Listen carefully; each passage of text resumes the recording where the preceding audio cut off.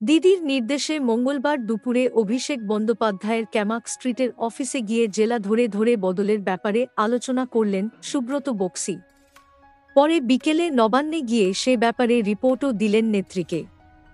প্রশ্ন হল, সুব্রত বক্সীর ভূমিকা এখানে কি? রদবদলেই বা কী হতে পারে?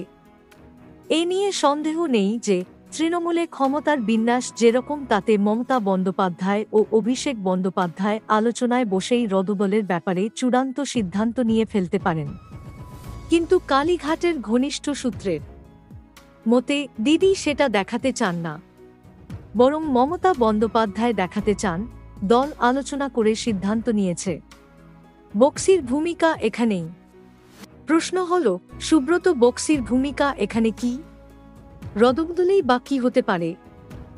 এ নিয়ে সন্দেহ নেই যে তৃণমূলে ক্ষমতার বিন্যাস যেরকম তাতে মমতা বন্দ্যোপাধ্যায় ও অভিষেক বন্দ্যোপাধ্যায় আলোচনায় বসেই রদবদলের ব্যাপারে চূড়ান্ত সিদ্ধান্ত নিয়ে ফেলতে পারেন।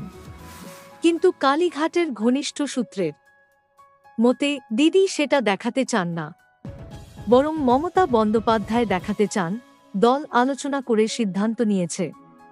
বক্সীর ভূমিকা এখানেই। তবে মজার বিষয় হল, মমতা বন্দ্যোপাধ্যায় বা অভিষেক কিছু বললে তা নিয়ে আপত্তি করা বা ভিন্ন